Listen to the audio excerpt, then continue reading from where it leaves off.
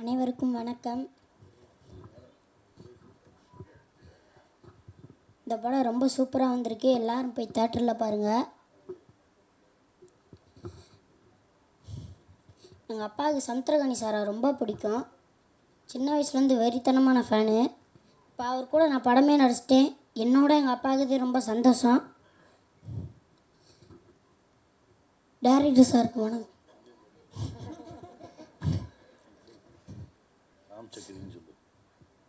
Ram Zachary சாருக்கு நான் கண்டிப்பாக வணக்கம் சொல்லி நன்றி பண்ணிக்கிறோம்.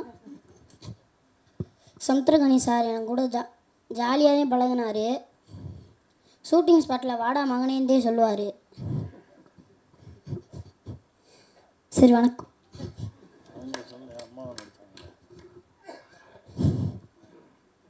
எனக்கு அம்மாவை நடித்தவங்களும் சூப்பராக நடித்தாங்க. வணக்கம். தேங்க்யூ. திரு கோதண்டம் அவர்கள்.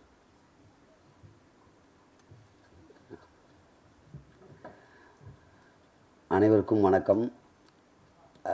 எல்லோரும் 2 நிமிஷம் பேசியிருக்காங்கன்னும் போது நானும் 2 நிமிஷம் பேசணுமான்னு தெரில. இல்லை, ஃபில் பண்ண இந்த டைமிங்க்கு நீ டைம் எடுத்துக்க, எல்லாருக்கும் கொஞ்சம் டைம் பேசினாலும் நீ நிறைய பேசணும்னு சொல்லியிருக்கலாம். எதுவுமே சொல்லலை. கணி சார் அவர்களுக்கும் இயக்குனர் இப்போ 2 பேராக ஒருத்தரான்னு எல்லாருக்கும் டவுட்டு. சிலர் வராங்க கார்த்திக் சார்ன்றாங்க, சிலர் ராம் சார்ன்றாங்க. எனக்கு இப்போ டவுட்டு, யார் டேரக்டர்? அப்போது நான் நடிக்கும் போது அவர் பேர் கார்த்திக், இப்போ அவர் பேர் ராம் அப்படின்னு பேரை மாற்றி வச்சுருக்காரு. ராம் சாருக்கு நன்றி, தயாரிப்பாளர் அருள் சாருக்கு நன்றி, மற்றும் இந்த திரைப்படத்தில் நடித்த அனைவருக்கும் மனமார்ந்த நன்றியும் இங்கே வந்திருக்க உங்களுக்கு நன்றி. இதில் மிக முக்கியமானது என்னென்னா, எனக்கு அடிபடிச்சு ஷூட்டிங்கில் பேண்டேஜ் போட்டாங்க, ஜூஸ் கொடுத்தாங்கன்னு சொன்னால் நம்ம கேட்குற நமக்கு சந்தோஷமாக இருக்கும். ஏன்னா இந்த படம் கூப்பிட்ருக்கிற நீங்கள் எல்லாமே பார்த்து இதுக்காக நீங்கள் பாராட்டுறதுக்காகவும் இல்லை அது பார்த்து சொல்கிறதுக்காக வந்திருக்கீங்க. பட் வெளியே இருக்கிற ஆடியன்ஸுக்கு இந்த ஷூட்டிங் ஸ்பாட்டில் நடந்ததை பற்றி பெருசாக அவங்களுக்கு தேவையில்லை. இந்த படம் ஏன் பார்க்கணும், இந்த படத்தில் என்ன இருக்குது, அதுதான் அவங்களுக்கு வேண்டியது. அப்படி பார்க்க போனீங்கன்னா லேடிஸ் இருந்தால் தயவுசெய்து தப்பாக நினச்சிக்காதீங்க. ஒரு பொம்பளை மனசு தான் ஒரு பொம்பளைக்கு தெரியும்னு சொல்லி ரொம்ப டைலாக் பேசியிருப்பீங்க. இந்த படம் ஒரு ஆம்பளை மனசு தான் இன்னொரு ஆம்பளைக்கு தெரியும்னு எடுத்திருக்கார் படத்தை. இந்த லேடிஸ் உண்மையிலேயே ஒரு தாய் பிரசவ வலி என்பது அவர்களால் மட்டும்தான் உணர முடியும், வேறு யாராலையும் உணர முடியாது. அது மரண வலி. அந்த மாதிரி வலி இது வரைக்கும் உலகத்திலேயே அந்த மாதிரி ஒரு வலி அனுபவிக்க முடியாது அப்படின்னு சொல்லுவாங்க இல்லையா. அது இந்த படத்தில் அதையே கொஞ்சம் மாற்றி காமிச்சிருக்காங்க. அது மாற்று கருத்தெல்லாம் இல்லை. அந்த வலி யாராலையும் தாங்க முடியாத வலி. அது மறு ஜென்மம் எடுப்பதற்கு சமம். ஒரு ஆண் தன்னுடைய குழந்தை அப்பா கிட்ட கேட்குது ஒரு பொருளை, வாங்கி தர முடியாமல் சாகிறான் இல்லையா. அந்த வலி அதைவிட மிகப்பெரிய வழியாக ஒவ்வொரு அப்பாவும் ஒவ்வொரு நாளும் பல முறை செத்துக்கிட்டு இருக்காங்கன்றதுதான் உண்மை. அந்த மகனுக்கு மட்டும் இல்லை, இப்போது அந்த படத்து மூலிமா பார்க்கும்போது தான் தெரியுது. அந்த வலி குழந்தை கேட்கும்போது வாங்கி தர முடியலன்னு மட்டும் இல்லை, மனைவி கேட்டு கூட வாங்கி தர முடியலன்ற ஒரு மிகப்பெரிய வலி ஒவ்வொரு ஆணுக்கும் இருக்கிறதுன்றது இந்த படத்தில் ரொம்ப தெளிவாக சொல்லியிருப்பாங்க. பெண்கள் எப்பயுமே ஒரு விஷயத்தில் கணவனை விட்டு தர மாட்டாங்க. வீட்டில் திட்டுவாங்க, அது எல்லாம் நடக்கும். ஆனால் வெளியே விட்டு கொடுக்காம ஒரு மனைவி எல்லா இடத்துலையும் கௌரவமாக பார்த்துப்பாங்க. குழந்தைகிட்ட கூட அப்பாவை பற்றி தப்பாக பேசினா கோபம் வரும். ஆனால் அதில் எங்களுக்கு வில்லங்கமே என்னென்னா, காப்பாற்றி விடுறேன்ட்டு அங்கே நல்ல பேர் வாங்கிட்டு அந்த நல்ல பேருக்காக நாங்கள் அவஸ்தைப்படுறது இருக்க, அதை பற்றி ரொம்ப தெளிவாக படத்தில் சொல்லியிருக்காங்க. இது ஏன்னா, பெண்கள் எங்களை ரொம்ப காப்பாற்றி விட வேண்டாம், காப்பாற்றுன்ற பேரில் எவ்வளோ சிக்கலில் மாட்டி விட்றீங்க இந்த படத்தில் பார்த்தீங்கன்னா தெரியும். அந்த மாதிரி பல விஷயங்கள் இந்த படத்தில் இருக்குது.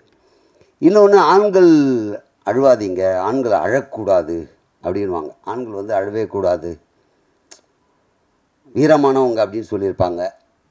அப்படி சொல்லி நம்ம எந்த அழுகையும் வெளியே காட்டாமல் ஒரு நாள் ரொம்ப மனசொடிஞ்சு எல்லா இடத்துலையும் அதோடைய வெளிப்பாடு வேறு மாதிரி இருக்கும். அந்த சீனை ரொம்ப தத்ரூபமாக கண்ணிலேருந்து தண்ணியும் வராது, கண் கலங்கி கணேசர் நிறைய சீனில் நான் பார்த்த வரைக்கும் இது ஒவ்வொரு தகப்பனும் ஒவ்வொரு ஆணினுடைய வழியாக தான் அதை பார்த்தனே தவிர அவ்வளோ அருமையாக பண்ணியிருந்தார் அந்த சீனை. அதே மாதிரி இதில் நடித்தவங்க யாருமே நடிக்கலை. இயல்பாக வாழ்ந்துருக்காங்க. அவங்கள புகழ்ந்து பேசுகிற அளவுக்கு நான் நடிகன் கிடையாது. அதே நேரத்தில் இந்த படம் பார்க்கும்போது எனக்கு தோணுதுன்னா எல்லாமே வாழ்ந்துருக்காங்க. இந்த படம் பார்க்க வரவங்க கனெக்ட் ஆகிடுவாங்க ஒவ்வொருத்தருமே. இது என் வாழ்க்கையில் நடந்தது, இப்படி தான் என் வாழ்க்கையில் நடந்துக்கிட்டு இருக்கு, இப்படி தான் ஒவ்வொருத்தரும் வாழ்ந்துகிட்டு இருக்கோன்றதை காட்டக்கூடிய ஒரு அருமையான படம் இந்த படம்.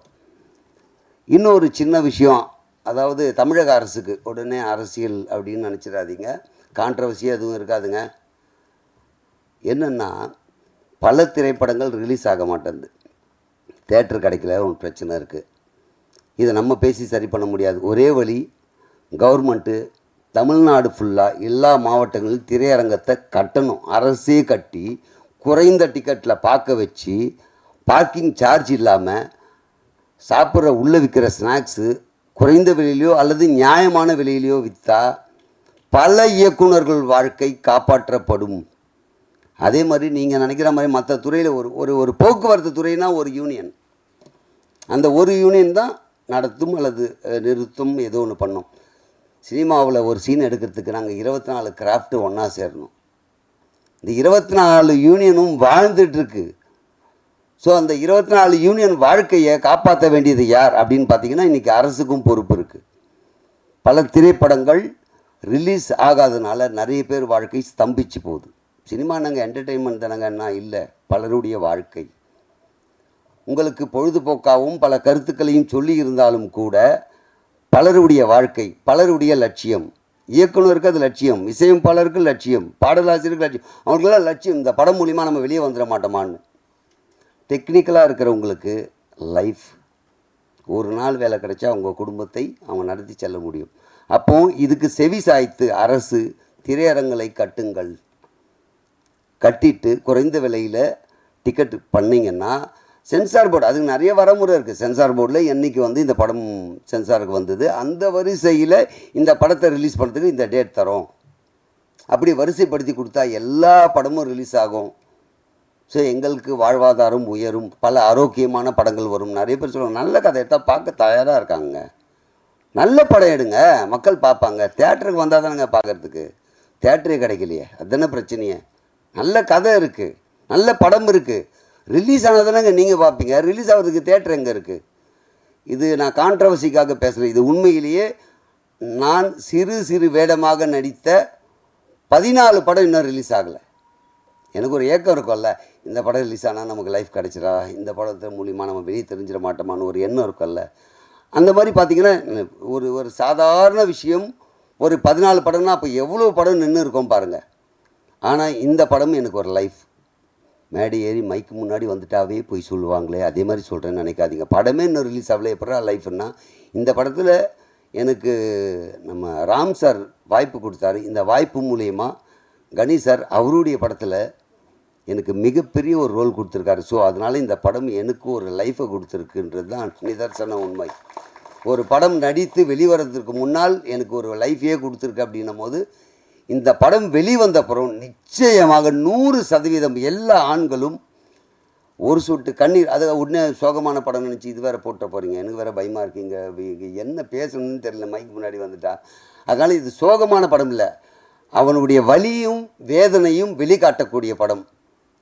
அப்படியாப்பட்ட படத்தை நீங்கள் ஆதரிப்பீங்கன்னு முழுசாக நம்புகிறோம். நாங்கள் எவ்வளோ காஸ்ட்லி கேமராவில் எடுத்து எவ்வளோ பெரிய நடிகர் நடித்தாலும் எவ்வளோ பண்ணாலும் நீங்கள் தான் கொண்டு போய் சேர்க்க முடியும். மீடியா மட்டும்தான் இந்த படத்தினுடைய விமர்சனத்தை கொடுத்து வெற்றி பெற செய்ய முடியும், மக்களையே கொண்டு சேர்க்க முடியும்ன்ற பெரிய நம்பிக்கை இருக்குது. அதனால் தயவு செஞ்சு இந்த படம் எல்லாரும் பார்க்கறதுக்கு தேட்டருக்கு வாங்க. நான் நடித்ததுக்காக கதை விட்டு போகிறேன் அப்படின்னா நீங்கள் பார்த்துட்டு உண்மையிலேயே சொன்னதில் விஷயம் இருக்கா இல்லையான்றது உங்களுக்கு தெரியும். ஸோ சும்மா நம்ம ஏதோ ஒன்று பேசிட்டு போயிட்டோன்னா நாளைக்கு என்னை பார்க்கும்போதெல்லாம் என்னையா போய் சொல்லி இந்த படம் அப்படி இல்லையேன்னு திட்டுவீங்கள்ல.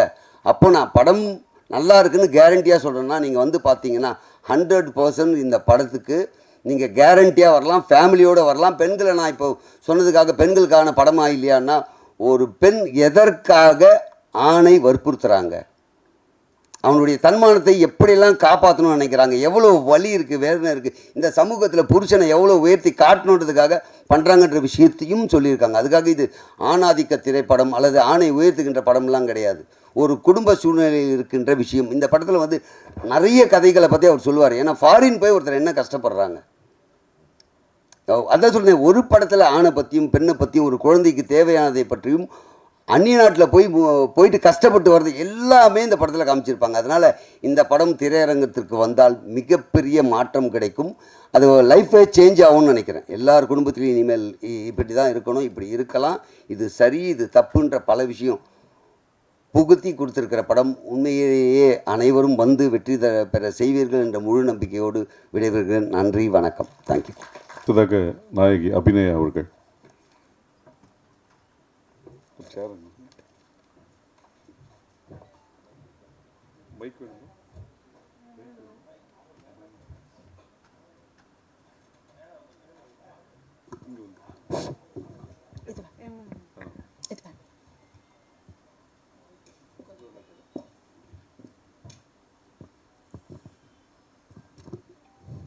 வணக்கம், எல்லோருக்கும் வணக்கம்.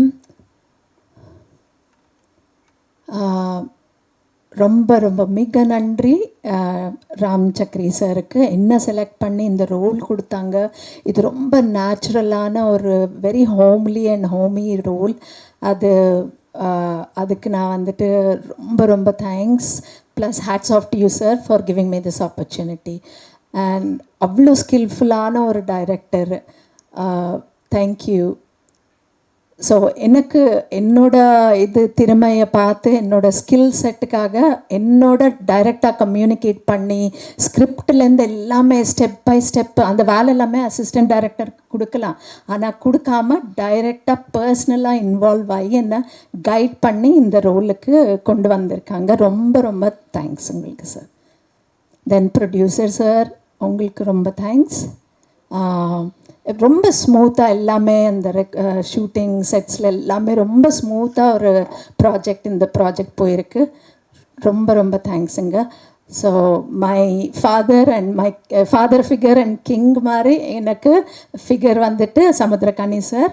ரொம்ப ரொம்ப தேங்க்ஸுங்க அவங்களுக்கும் தேங்க்ஸ் சொல்கிறேன். முதல்ல வந்துட்டு ரொம்ப சீரியஸாக இருந்துட்டு இருப்பார். ஸோ எனக்கு கொஞ்சம் நர்வஸாக இருக்கும். ஆனால் ஓவர் த இயர்ஸ் நாங்கள் இவ்வளோ பழகினது, எங்களோட பாண்டிங் இதெல்லாமே ரொம்ப இதுவாக இருக்கும். அக்செப்ட் பண்ணி என்ன இதுக்குள்ளே கொண்டு வந்திருக்காங்க. ஸோ இதுக்கு வந்துட்டு ஃபஸ்ட்டு டைரக்டர் சார் வந்துட்டு ஸ்கிரிப்ட் அதெல்லாமே என்ன கைட் பண்ணுவாங்க. அதுக்கப்புறம் சமுத்திரகாணி சார் என்னோட உட்காந்துட்டு எல்லாமே ஸ்டெப் பை ஸ்டெப் எப்படின்ட்டு வெரி ஸ்மூத்தாக இந்த கொண்டு போயிருக்காங்க. ரொம்ப ரொம்ப தேங்க்ஸுங்க. Then next thanks is to the Gautham sir. So அவரோட ஒர்க் பண்ணது plus entire team cast, Lakshmi Priya, she is such a superb actress, very natural, ஒரு ஹோம்லியான role and her acting is super. And Karan ரொம்ப ஒரு வெரி சிங்க் ஆகிட்டோம் நாங்கள் எல்லாமே அவ்வளோ இதுவாக as a team. Very natural, அந்த ஃபியர் அந்த நர்வஸ்னஸ் இல்லாமல் எல்லாருமே அவ்வளோ ஒரு ஃபேமிலியாக நாங்கள் டீமாக ரொம்ப நல்லபடியாக பண்ணியிருக்கோம். We also gel like that. நம்மளோட அந்த சிங்க்ரனைசேஷன்ன்றது ரொம்ப நல்லபடியாக இருந்துச்சு. So thank you. I thank my family, my husband, my friends and fans, all of you. Thank you press and media, and thank you everybody. Thank you Abhi. அடுத்ததாக படவா கோபி அவர்கள்.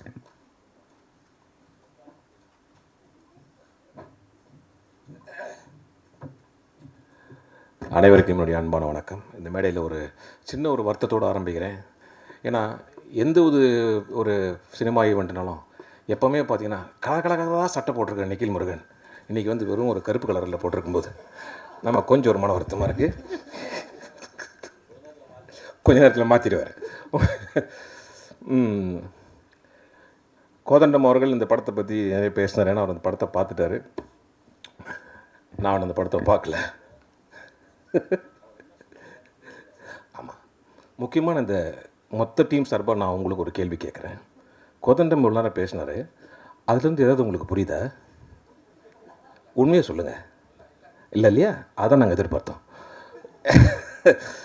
இந்த படம் உண்மையிலே ஒரு கம்ப்ளீட் ஃபேமிலி என்டர்டெயின்மெண்ட், அதுக்கான ஒரு கேரண்டி இருக்குது. நான் இந்த படத்தை இன்னும் பார்க்கல. அதனால் அதை சம்மந்தமாக நான் பேசுகிறதுக்கு பதிலாக இந்த படத்துக்கு எனக்கும் எப்படி ஒரு தொடர்பு வந்ததுன்றதை பற்றி நான் பேசுகிறேன். முதல்ல இந்த விழாவினுடைய கதாநாயகன் இசையமைப்பாளர், அவருக்கு நம்ம ஒரு பெரிய கைத்தட்டலோட இந்த விழாவை நம்ம வந்து அவரை ஆசீர்வதிக்கணும். ஏன் அப்படின்னா இது அவருடைய முதல் ப்ராஜெக்ட். அவருக்கு நீங்கள் பேசும்போது பார்த்தீங்கன்னா என்ன பேசுறதுனே தெரியாமல் கம்ப்ளீட்டாக அவ்வளோ நர்வஸாக அவர் பேசும்போது நமக்கு தெரியுது இது வந்து ஒரு முதல் மேடை. அவர் வந்து ஒரு உலக மேடைகள்லாம் போனோம் அப்படின்றது வந்து இந்த படம் வந்து நிச்சயமாக அவருக்கு ப்ரூவ் பண்ணும். ஏன்னா அவர் வந்து ஒரு விஷயம் சொன்னார், எத்தனை பேருக்கு இது போய் சேர்ந்ததுன்னு தெரில. இந்த கம்போசிங் இந்த பாடலில் பார்த்திங்கன்னா நிறைய லைவாக எடுத்துருக்கோன்னு சொன்னார். அது வந்து எத்தனை பேருக்கு உங்களுக்கு புரிஞ்சிருக்குன்னு தெரியல. இப்போல்லாம் வந்து பார்த்திங்கன்னா ரொம்ப ஒரு ஏஐ மோட், நிறைய டெக்னிக்கல் விஷயங்கள்லாம் கம்போசிங்கில் இருக்குது. சும்மா நம்ம கம்போஸர் சாங்னா அதே ஒரு சாங் ஒரு மூடு கொடுத்த உடனே சாங் அதுவே கம்போஸ் பண்ணி கொடுத்துருது. அவ்வளோ ஒரு டெக்னிக்கல் ஃபெசிலிட்டிஸ் உள்ள இந்த ஜென்ரேஷனில் லைவ் ஆர்டிஸ்ட், நேரடி கலைஞர்களை வைத்து ஒரு ஸ்டுடியோவில் அவங்க அப்படியே வாசித்து அதை அப்படியே ரெக்கார்ட் பண்ணி அதை சேர்த்துருக்கிறது தான் அவர் வந்து மீன் பண்ணார். பெரிய பெரிய ஆர்டிஸ்ட் எல்லாருமே அதில் வாசிச்சிருக்காங்கன்றது போது உண்மையிலே பார்த்திங்கன்னா ஏன் அதுக்கு இந்த விழா இந்த மேடையில் சொல்கிறோம் அப்படின்னா, அந்த இன்ஸ்ட்ருமெண்ட்ஸ் அவங்க நேரடியாக வாசிக்கக்கூடிய அவங்களுடைய மூடு, அந்த மூடு மூலயமா அவங்க வாசிக்கிற அந்த இன்ஸ்ட்ருமெண்ட்லேருந்து வரக்கூடிய ஒரு டோன் வந்து உண்மையான ஒரு உணர்வு தரும். இப்போ இந்த படத்தில் பார்த்தீங்கன்னா இப்போ கணேஷ் சாருடைய ஒவ்வொரு ரியாக்ஷன்ஸுக்குமே பார்த்தீங்கன்னா ஈக்குவலான ஒரு உணர்வு கொடுக்கணும். அது இசையால் மட்டும்தான் முடியும். ஸோ எவ்வளவு எலிவேட் ஆகிருக்கு அப்படின்னா அந்த படம் வந்து அந்த கம்போஸருடைய தாட் ப்ராசஸ், அந்த வாசித்த அந்த இசைக்கலைஞர்கள் நேரடியாக இதெல்லாம் ரொம்ப முக்கியமான காரணம். இந்த விழா மேடையில் அது சொல்லணுன்றது ரொம்ப முக்கியமான ஒரு விஷயம். ஸோ என்னுடைய உரையில் வந்து நான் 2-3 விஷயங்கள் சொல்கிறேன். முதல்ல வந்து ஃபஸ்ட்டு நான் எந்த மேடைகள் போனாலுமே, எந்த ஒரு சினிமாவில் நடிக்க போனாலுமே முதல்ல நான் வந்து ஃபஸ்ட்டு நான் பேசக்கூடிய நபர் வந்து கனி சார். அது ஏன் அப்படிங்கிறது பார்த்திங்கன்னா, நான் வந்து அவரும் சரி, நாங்கள் 2 பேருமே வந்து கேபி சார் அவங்களுடைய பள்ளிக்கூடத்துலேருந்து வந்தாங்க. அவர் ரொம்ப பெரிய ஸ்டூடெண்ட்டு, நான் ரொம்ப ஆவரேஜ் ஸ்டூடெண்ட்டு, மொக்க ஸ்டூடெண்ட் வச்சுக்கேன். ஸோ என்னுடைய முதல் படம் அவங்க தான் என்னை அறிமுகப்படுத்துகிறாங்க. ஸோ எனக்கு முதல்ல என் படத்தில் டைலாக் சொல்லி கொடுத்தவர் கனி சார் தான். ஸோ அதுலேருந்து எனக்கு பழக்கம். இப்போ அடுத்த படம் அவர் கூட நான் நடிச்சிக்கிட்டு இருக்கேன். ஸ்கூல் பஸ்ஸுன்னு ஒரு படம். அது ஏன் சொல்கிறேன்னு கேட்காதீங்க. அந்த படத்தில் எனக்கு வந்து ஒரு முஸ்லீம் கேரக்டர். அந்த படத்தில் அவ்வளோ அழகாக அந்த கதாபாத்திரத்தை எழுதியிருப்பார். அதிலிருந்து நான் அவரை வந்து தம்பியோ அண்ணனோ சாரோ கூப்பிட்றதில்ல, சலாம் அலைக்கும் பாய். அதுலேருந்து அவர் எனக்கு பாய் தான். ஸோ நாங்கள் 2 பேரும் பார்க்கும்போது சலாம் அலைக்கும் பாய் தான் சொல்லிப்போம். அதை நீங்கள் வந்து ஒரு இஸ்லாமிய சகோதரராக எடுத்துக்கலாம், இல்லை ஹிந்தியில் பார்த்தீங்கன்னா அண்ணான்னு எடுத்துக்கலாம், இல்லை தம்பின்னு எடுத்துக்கலாம், இல்லையா பாய் பார்த்தீங்கன்னா என்றைக்குமே யங்காக அப்படியே ஃபிட்டாக ஒரு யங் பாய் மாதிரி இருப்பார் எங்கள் கனி சார். சலாம் அலைக்கும் பாய். ஸோ அந்த மாதிரி ஒரு விஷயங்கள். அதே மாதிரி அவரை பற்றி நீங்கள் சொல்லணும் அப்படின்னா அவருடைய க்ரோத் எல்லாருக்குமே தெரியும், எல்லாருமே நம்ம பார்த்துருக்கோம்.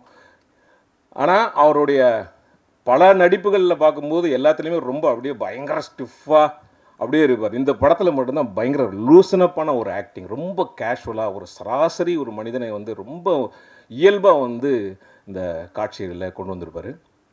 அதே மாதிரி அவரை வந்து நம்ம கேமராமேன் சொன்னார் திட்டிகிட்டே இருப்பார் அப்படின்னு. அவர் அப்படி கிடையவே கிடையாது. அவர் பார்த்தீங்கன்னா ஒரு பாயிண்ட் ஒன்று சொன்னார்னா அதில் கண்டிப்பாக ஒரு விஷயங்கள் நமக்கு வந்து ஒரு லேர்னிங் சென்ஸ் கிடைக்கும். அதுக்கு தான் இல்லைன்னா சொல்ல மாட்டார், தேவையெல்லாம் வரவே மாட்டார். அவர் அவங்க பண்ணிட்டு இருக்க விடுங்க நம்ம போகலாம் அப்படின்னு போயிடுவார். அக்கறை இருந்தால் மட்டுமே தான் நெருங்கி வருவார், இல்லைன்னா வரமாட்டார். ஸோ அதனால் அவர் திட்டுறதெல்லாம் கிடையவே கிடையாது. ஒன்று சொல்லுவார் கரெக்டாக இருக்கும். அப்படின்னு நீங்கள் ஏதாவது ஒன்று சொல்லுங்களேன், அதில் ஏதாவது புதுசாக இருந்தால் அதையும் கற்றுப்பார். So that is what Ghani sir. So ரொம்ப தேங்க்ஸ் சார். ஏன்னா நாங்கள் 2 பேரும் நடிக்கும்போது கூட இந்த படத்தில், ஏன்னா அவர் படத்தில் ஆல்மோஸ்ட் எல்லா படத்துலையும் நான் இருப்பேன். எனக்கு வந்து அட்லீஸ்ட் ஒரு சீனாக அது அவர் கொடுத்துருவார். நிமிர்ந்தனிலேருந்து சரி, போராளிலேருந்து சரி, இப்போ நடத்துகிற ஸ்கூல் பஸ், தொண்டன் எல்லாத்துலேயுமே. ஸோ அதனால் என்னுடைய முதல் நன்றியை நான் அவருக்கு கண்டிப்பாக என் குடும்பத்தின் சார்பாக தெரிவித்துக் கொள்ள கடமைப்பட்டிருக்கேன். ஒன்றாச்சா. 2வது இந்த படத்தில் வந்து பார்த்திங்கன்னா என்னை வந்து நடிக்க கார்த்திக் தான் கூடும் சொல்கிறேன். இது வந்து ஒரு இசையமைப்பு இசை விழாவோட அவருடைய பேர் மாற்று விழாவாக தான் நான் அதை பார்க்குறேன். அவர் இனி தான் நம்ம பேர் வைக்கிறோம் எல்லோரும் சேர்ந்து. காது குத்தியாச்சா? ரைட். சரிங்களா. ஸோ நான் ஃபஸ்ட்டு அவரை என்னை கூப்பிட்டோன்னா நான் போய் அவரை பார்க்குறேன். இந்த மாதிரி டேரக்டர் பேர் என்னப்பா அப்படின்னு வெளியில் தான் கேட்டேன். சார் அவர் பேர் கார்த்திக் அப்படின்னாங்க. எங்கே பார்க்காரு? உள்ளே இருக்காருன்னு. கதவு இப்படி திறந்தேன். அவர் இப்படி உட்கார்ந்தாரு சேரில். ஹலோ கார்த்திக் அப்படின்னா டக்குனு ஷாக் ஆகிடுச்சு. என்னங்க எனக்கு தெரிஞ்ச மாதிரியே பேசுகிறீங்க அப்படின்னாரு. உங்கள் பேர் கார்த்திக் தானே அப்படின்னா. ஆமாம் சார் கார்த்திக் அப்படின்னா. அதுக்கப்புறம் எனக்கு அந்த ரோல்லாம் சொன்னார். சார் என்ன சார் இந்த ரோல் என்ன சார் எனக்கு ஏன் சார் கொடுத்தீங்க அப்படின்னு. அவர் சொன்ன ஒரு வார்த்தை என்னென்னா, சார் இது கொஞ்சம் ஸ்டைலாக பேசணும், கொஞ்சம் எமோஷன் இருக்கணும், காமெடி இருக்கணும், மக்கள் உங்களுக்கு கனெக்ட் பண்ணணும். இது எல்லாத்தையும் பார்த்தோம் சார். நாங்கள் தேடி தேடி பார்த்தோம், எங்களுக்கு யாருமே கிடைக்கல சார். கரெக்டாக நீங்கள் தான் கிடச்சிங்க அப்படின்னாரு. சரி, ரொம்ப சந்தோஷமாக இருக்குது சார் அப்படின்னேன். கொஞ்சம் பேமெண்ட் மட்டும் குறைச்சிங்க சார்னாரு. இதுக்கா சார் இவ்வளோ சொன்னீங்க அப்படின்னேன். இல்லை சார், இந்த ரோல் உங்களுக்கு தான் சூட்டும் அப்படின்னாரு. என்ன சொன்னாரோ அதை அப்படியே பர்ஃபெக்டாக எடுத்தார். ஆனால் இன்னொரு சொன்னார், சார் இது கொஞ்சம் ரெகுலராக இருக்க வேண்டாம், இந்த கதாபாத்திரத்தை எங்களுக்கு கொஞ்சம் ஒரு வித்தியாசம் வேணும். என்ன சார் வித்தியாசம்? நீங்கள் சொன்னாதான் நான் பண்ணேன். இல்லை நீங்கள் சமீபத்தில் உங்களுடைய வீடியோஸ்லாம் பார்த்தேன், இந்த பெங்களூர் தமிழ் ரொம்ப வைரலாக போயிடுச்சு, அதே மாதிரி இந்த கேரக்டருக்கு கொஞ்சம் பேசி காட்டுங்க சார் அப்படின்னாரு. என்ன சார் இது ஒர்க் அவுட் ஆகுமா? இல்லை சார், கண்டிப்பாக ஒர்க் அவுட் ஆகும், பேசுங்க சார். நான் கார்த்திக் சார் சொல்லுங்க, எப்படி இருக்கிறீங்க, நல்லா இருக்கிறீங்களா? இந்த படத்தில் நடிக்கணும்னு சொல்லியிருக்கிறீங்களா? கொல்கிறதா கடிக்காதுன்னு பார்த்துறீங்களா? பெஜார் அப்படிங்க சார், இதை அப்படியே பேசுங்க சார் அப்படின்னாரு. ஸோ இதை அப்படியே ஃபாலோ பண்ணி அவங்க கொடுத்த டயலாகை அந்த கதாபாத்திரத்துக்கு வச்சுருக்கோம்.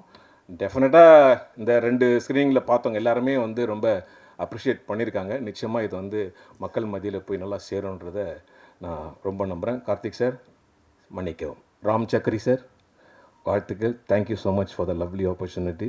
ரொம்ப என்ஜாய் பண்ணேன். அடுத்தபடியாக ப்ரொடியூசர் அருண் சார்,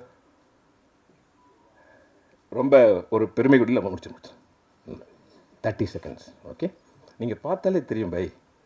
ஓகே, அடுத்த படத்துக்கு ஒரு விதையை போடணும் வேண்டாமா? சாரி, மன்னிக்கவும். இல்லை, அருண் சார் பற்றி சொல்லணும் அப்படின்னா, இப்போ நம்ம நிறைய படத்தில் நடிக்கிறோம், பேமெண்ட் பேசுகிறோம். ஓகே, அப்புறம் ஒரு டைமில் பேமெண்ட் வரும், ஒரு டைமில் பேமெண்ட் வராது. நம்ம ஃபோன் பண்ணோம் அப்படின்னா வச்சிங்களேன், அது வேறு மாதிரி போகும். ஆனால் அருண் சார் அப்படி கிடையவே கிடையாது. நம்ம எப்போ ஃபோன் பண்ணாலும் எடுத்துருவார், அப்புறம் தரேன்னு சொல்லுவார். அதனால் எதை சொல்ல வரேன்னா, நான் ஃபோன் அடித்தா அவர் எடுக்காமல் இருந்ததே கிடையாது. அதனால் அவருக்கு என்னுடைய மனமார்ந்த நன்றி. இந்த படத்தில் எனக்கு எந்த பேமெண்ட்டும் பெண்டிங் இல்லை கரெக்டாக செட்டில் ஆகிடுச்சு. அதுக்கு பெரிய வாழ்த்துக்கள். நிச்சயமாக இந்த படம் ஒரு மிகப்பெரிய ஒரு ஃபேமிலி என்டர்டெய்னராக இருக்கும். அது எங்களுக்கு கனி சாரெல்லாம் பார்க்கும்போது எங்களுக்கு எங்கள் ஃபேமிலியில் ஒருத்தர் மாதிரி தான். அதனால் நிச்சயமாக இந்த படம் வெற்றி பெறணும்னு இறைவனை நான் ரொம்ப பிரார்த்திக்கிறேன். இதில் இருக்கக்கூடிய நிறைய புதுமுகங்கள், டெக்னீஷியன்ஸ் எல்லாமே இருக்காங்க. எல்லாருக்கும் என்னோடய மனமார்ந்த வாழ்த்துக்கள். Lakshmi, Abhinaya, to all of you. உட்காந்துட்டேங்க, இன்னொரு வாட்டி படம் பார்க்கணும் உனக்கு. ஸோ எல்லாருக்கும் என்னுடைய மனமார்ந்த வாழ்த்துக்கள். கேமராமேன் சரி, எடிட்டர், மியூசிஷியன் ராமானுஜம் சார், எல்லாரும் மனமார்ந்த வாழ்த்துக்கள். ப்ளீஸ் நல்ல ஒரு பாசிட்டிவ் ஃபீட்பேக் கொடுங்க. ஏன்னா இப்போ இன்றைக்கி இருக்கிற ஒரு காலகட்டத்தில் சொன்ன மாதிரி தேட்டருக்கு மக்கள் வரமாட்டாங்க தேட்டருக்கு வரமாட்டாங்க அப்படின்ற ஒரு பொய்யான போக்கு போயிட்டே இருக்குது இல்லை. அது அப்படி கிடையாது. நம்ம நல்ல ஒரு பாசிட்டிவாக ஒரு விஷயத்த சொன்னோம்னா நிச்சயமாக மக்கள் வருவாங்க. துரந்தர் அப்படின்ற ஒரு படம் 4.25 மணி நேரம் சார், 4.25 மணி நேரம். மண்டே 2 மணிக்கு ஷோவுக்கு போனோம், ஹவுஸ்ஃபுல் தியேட்டரில். அதுக்கு காரணம் மக்கள் ஸ்ப்ரெட் பண்ண ஒரு நல்ல பாசிட்டிவான ரிவ்யூஸ். படமும் நல்ல படம் அதான். அதனால் நீங்கள் எப்படி ஒரு பாசிட்டிவாக மக்கள்கிட்ட கொண்டு போகிறீங்களோ இந்த படம் நிச்சயமாக வெற்றி அடையும். அனைவருக்கும் நன்றி. தேங்க்யூ. நன்றி. அடுத்ததாக நாயகி லக்ஷ்மி பிரியா.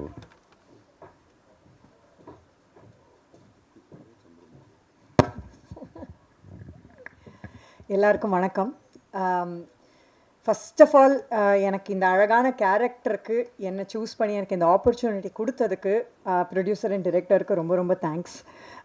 இது படத்தை தாண்டி இந்த மூவியில் நான் நிறைய நல்ல மனிதர்களை சந்தித்தேன்.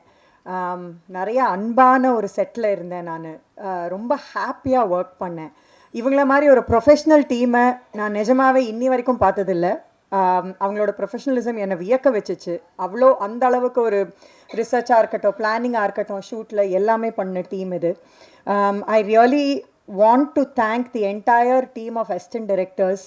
அவங்க ரொம்ப உழைச்சிருக்காங்க இந்த படத்துக்காக. ஏன்னா பீச் சைடில் ஷூட் பண்ணோம், நீங்கள் பார்த்துருப்பீங்க. வெயிலில் ஒருத்தர் கூட ஒரு சோர்வடையாமல் ஃபுல்லாக எல்லா நேரமும் ஆனால் சிரிச்ச முகத்தோடையே வேலை செஞ்ச மொத்த டீம் எல்லாம் அங்கே இருக்காங்களா, ஸ்ப்ரெட் ஆகிருக்காங்க தெரியல. பட் அசிஸ்டன்ட் டைரக்டர்ஸ்க்கு ரொம்ப நன்றி.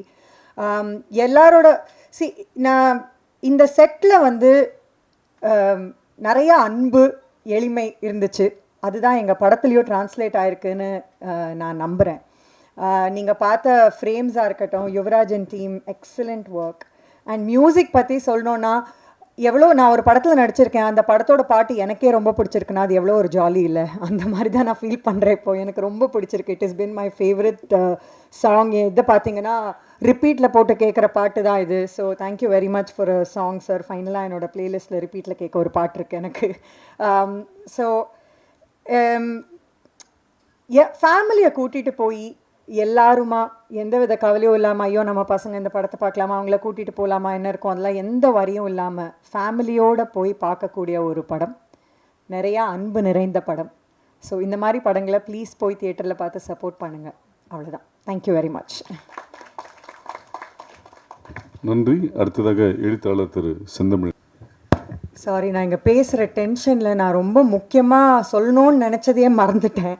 இந்த மூவியில் எனக்கு கிடைச்ச பெரிய கிஃப்ட் வந்து கனி சார் கூட ஒர்க் பண்ணுற ஆப்பர்ச்சுனிட்டி. அண்ட் நான் கனி சார் கூட ஒர்க் பண்ணும்போது ஃபஸ்ட்டு எனக்கு ஆக்சுவலாக எக்ஸைட்டிங்காக இருந்தது. சரி, ஒரு பெரிய ஆக்டரோட நடிக்க போகிறோன்னு. ஆனால் செட்டுக்கு போனதுக்கப்புறம் அவர் வந்து ஒரு ரொம்ப அழகான ஆக்டர்னு உங்கள் எல்லாருக்கும் தெரியும். அதையும் தாண்டி ரொம்ப அழகான மனிதர். அவரோட ஒர்க் பண்ணது வந்து இட் வாஸ், நான் எப்படி சொல்லனே தெரியல. இவ்வளோ ஒரு என்கரேஜிங்காக ஒரு செட்டில் ஒருத்தர் இருந்து நான் பார்த்ததே இல்லை. வார்த்தைக்கு வார்த்தை எல்லாரையும் என்கரேஜ் பண்ணுவார். நீங்கள் நல்லா பண்ணியிருக்கீங்க, ஏதாவது ஒரு ஷாட் நல்லா இருந்ததுன்னா போயிட்டு என்கரேஜ் பண்ணுவார். யாராக இருந்தாலும், யார் நல்ல வேலை பண்ணாலும் கூப்பிட்டு என்கரேஜ் பண்ணுவார். ஸோ நான் மறுபடியும் இந்த செட்டு வந்து ரொம்ப ஒரு அன்பான செட்டாக இருந்ததுன்னு நான் சொல்கிறதுக்கு ரொம்ப முக்கியமான காரணம் கனி சார்.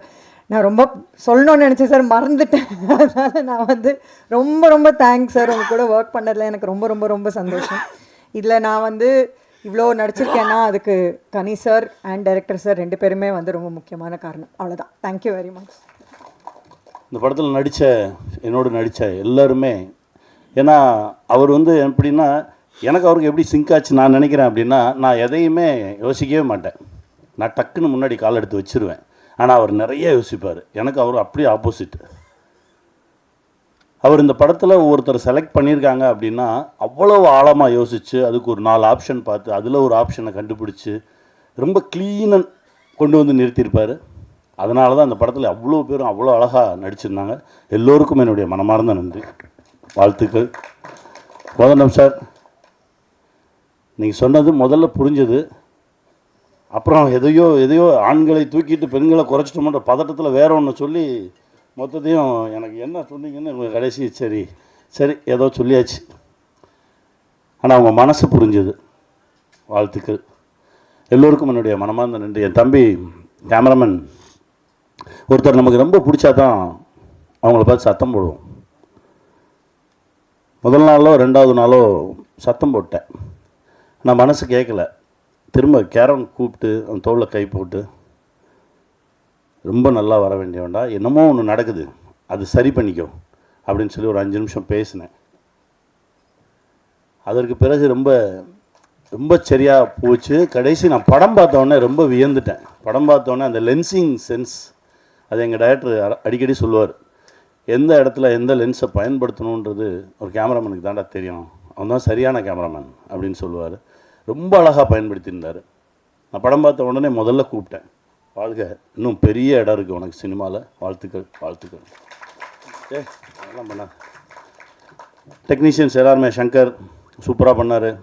நான் அந்த படம் ஷூட்டிங் போயிட்டு இருக்கும்போது நான் ஸ்கூல் பஸ்ஸுக்காக ஒரு 4-5 பஸ்ஸை வச்சு ஒரு ஆக்சிடென்ட் சீக்வன்ஸ் எடுக்க போகிறேன்டா தம்பி, இது எப்படி எனக்கு டிசைன் பண்ணணும்னு தெரியல அப்படின்னு சொல்லி கேட்டுட்டு இருக்கும்போது எனக்காக போய் 4 பஸ் வாங்கிட்டு வந்து கொடுத்தேன். பஸ்ஸுனா இந்த பஸ்ஸு, குட்டி பஸ் வாங்கிட்டு வந்து கொடுத்து, இதை வச்சு பண்ணுங்கண்ணே, இப்படி பண்ணுங்கண்ணேன்னு சொல்லி எனக்கு கொடுத்தான்.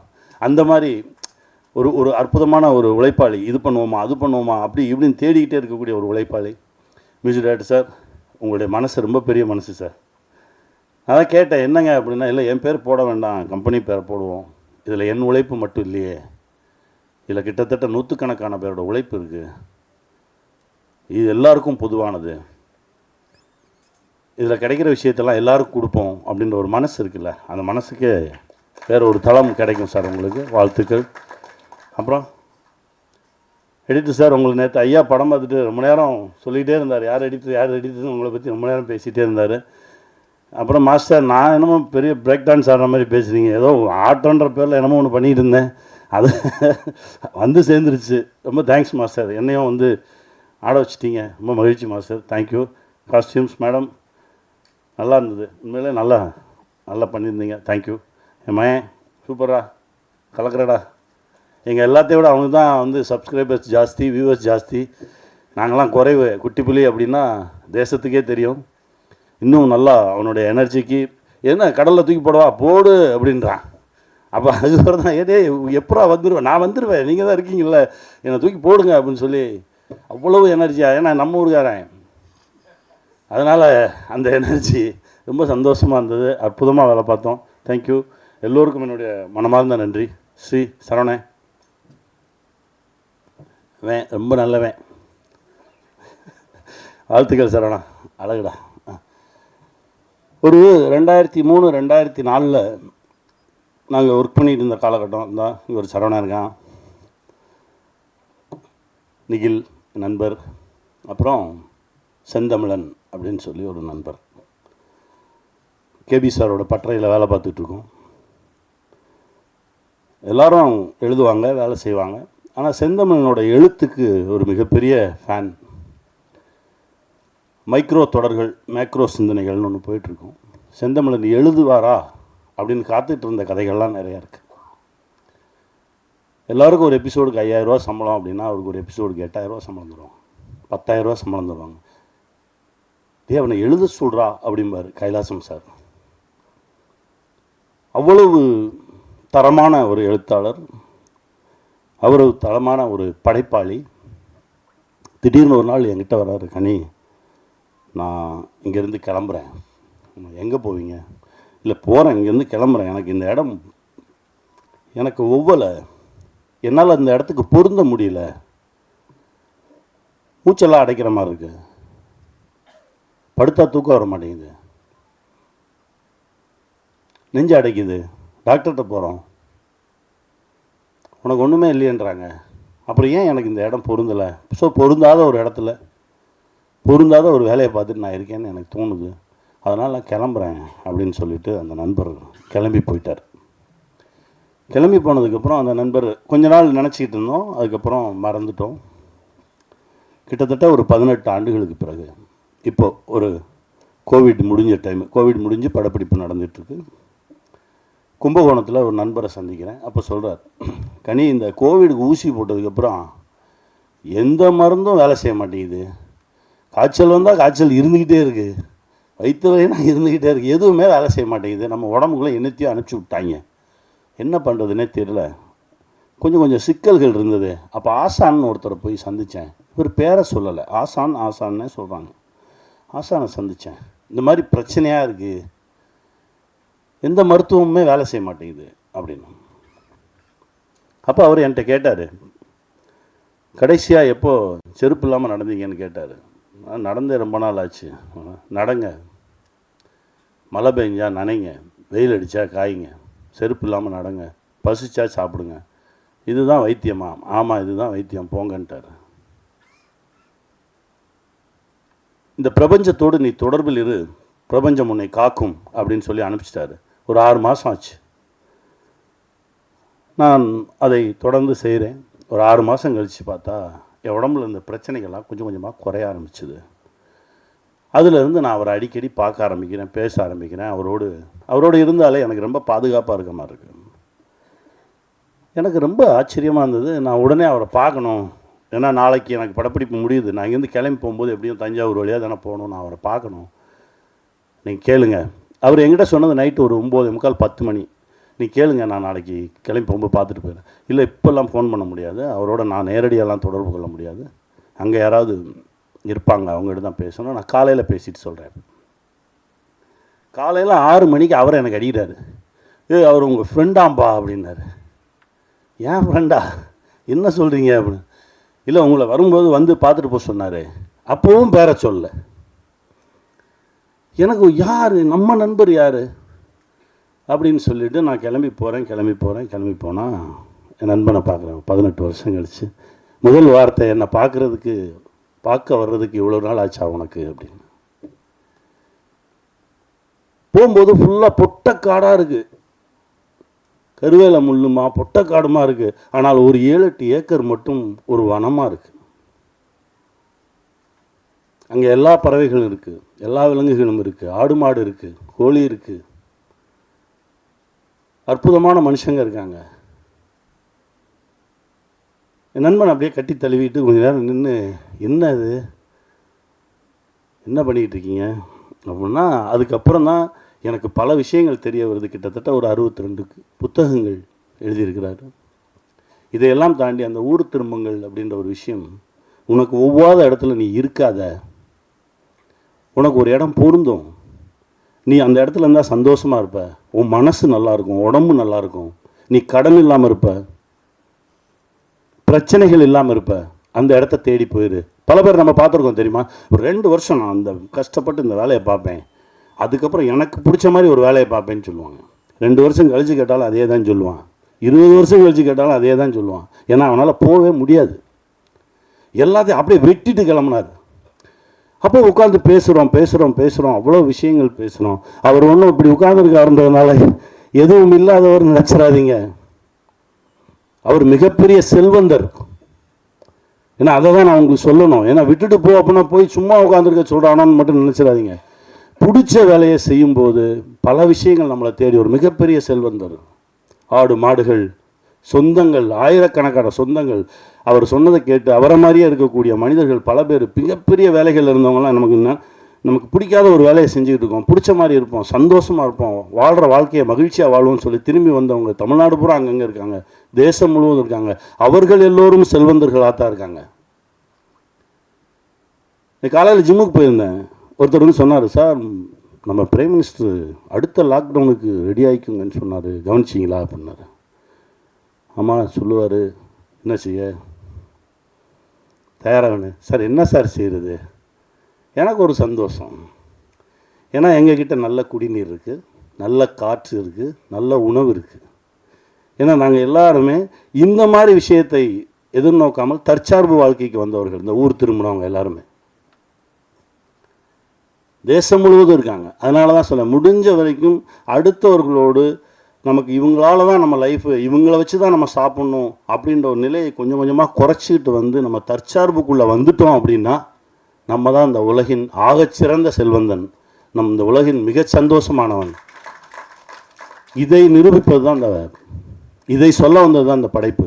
இந்த படம் ஷூட்டிங்கில் இருக்கும்போது, துபாயில் இருக்கும்போது ரொம்ப எமோஷனலாக ஒரு சீன் போயிட்டு இருக்கும்போது நான் எங்கள் இயக்குனர்கிட்ட இது தானே சொல்ல வரீங்க அப்படின்னு சொல்லி ஐயா பேசின ஒரு ஆடியோ போட்டேன். அவர் அப்படியே எந்திரிச்சு, எனக்கு ஊருக்கு போனோன்னு நான் அவரை பார்க்கணும் அப்படின்னாரு. கையை பிடிச்சி வாங்க கூட்டிகிட்டு போனேன். அதாவது காரைக்கால் அம்மையார் எழுதிய பாடல்கள், இறைவனை நோக்கி காரைக்கால் அம்மையார் எழுதிய பாடல்களை இப்போ நம்ம இஷ்டத்துக்கு டியூன் போட்டுக்கிறோம்ல, அது இல்லை. அவர்கள் என்ன மாத்திரையில் அதை டியூனாக போட்டு இறைவனோடு தொடர்பு கொண்டார்கள் அப்படின்ற அந்த மாத்திரை அளவை வைத்து அப்படியே அந்த பாடல்களை இப்போ பாடிக்கிட்டு இருந்தாங்க. அந்த நிகழ்ச்சிக்கு நாங்கள் போனோம். அப்போது இயக்குனர் என்கிட்ட சொல்கிறாரு, எங்கேயோ ஒரு தேவலோகத்தில் இருக்கிற மாதிரி. ஏன்னா முழுக்க முழுக்க இரவு அந்த நிகழ்வு மட்டும் நடக்குது. 2 பேரும் அப்படியே ஒரு வேற ஒரு உலகத்தில் அப்படியே மிதந்தோம். பேசிகிட்டே போகலாம். என் நண்பனை இத்தனை ஆண்டுகளுக்கு அப்புறம் திரும்ப கண்டுபிடிச்சது, சந்தித்தது, இது கூட இறை அருள் தான் நான் நினைக்கிறேன். வந்தவொடனே சரவணனை பார்த்து கட்டி பிடிச்சி அவங்க மகிழ்ந்துக்கிட்டது அவ்வளோ சந்தோஷமாக இருந்தது. ஊர் திரும்பி வந்துடுங்க, உங்களுக்கு பிடிச்ச இடத்துல இருங்க, சந்தோஷமாக இருங்க அப்படின்னா எல்லாத்தையும் உதவி விட்டு ஓடுறது கிடையாது. நம்ம இப்போ இருக்கிறத விட இன்னும் செல்வ செழிப்போட, அதாவது பணக்காரன் வேலை, செல்வந்தன் வேற. பணக்காரன் பிரச்சனையோடய இருப்பான், செல்வந்தன் ரொம்ப மகிழ்ச்சியாக இருப்பான். உங்களை எல்லாரும் செல்வந்தன் ஆக்குறதுக்கான ஒரு விஷயம்தான் இது. இந்த படைப்பில் நிறைய விஷயங்கள் பேசியிருக்கோம், ரொம்ப மகிழ்ச்சி. அதுவும் இந்த நிகழ்வுக்கு வந்து எப்போவுமே டைரக்டர் சொன்னார், சார் நான் வழக்கமாக என்ன செய்வேன், வாங்க இவங்களை கூப்பிடுவோம் சார், நம்ம வந்து செந்தமிழன் சாரை கூப்பிடுவோம், அவர் வந்தால் எனக்கு ரொம்ப மகிழ்ச்சி. நிறைய வேலைகள் இப்போது ஏதோ நடந்திருக்கு. நான் பேசும்போது இல்லை எனக்கு வர இயலாது அப்படின்ற மாதிரி தான் சொன்னாங்க. அதுக்கப்புறம் ராம் பேசினோடனே மனசு மாறி இருக்குது. அந்த வேலை பழுவெல்லாம் கொஞ்சம் தள்ளி வச்சுட்டு எங்களுக்காக வந்ததுக்கு ரொம்ப நன்றி. உங்களுடைய மனசு தான் அது, ரொம்ப சந்தோஷமாக இருக்குது. நேற்று நீங்கள் படம் பார்த்துட்டு அந்த படத்தில் இருக்க அவ்வளோ விஷயங்கள் பேசுனீங்க, ரொம்ப சந்தோஷமாக இருந்தது.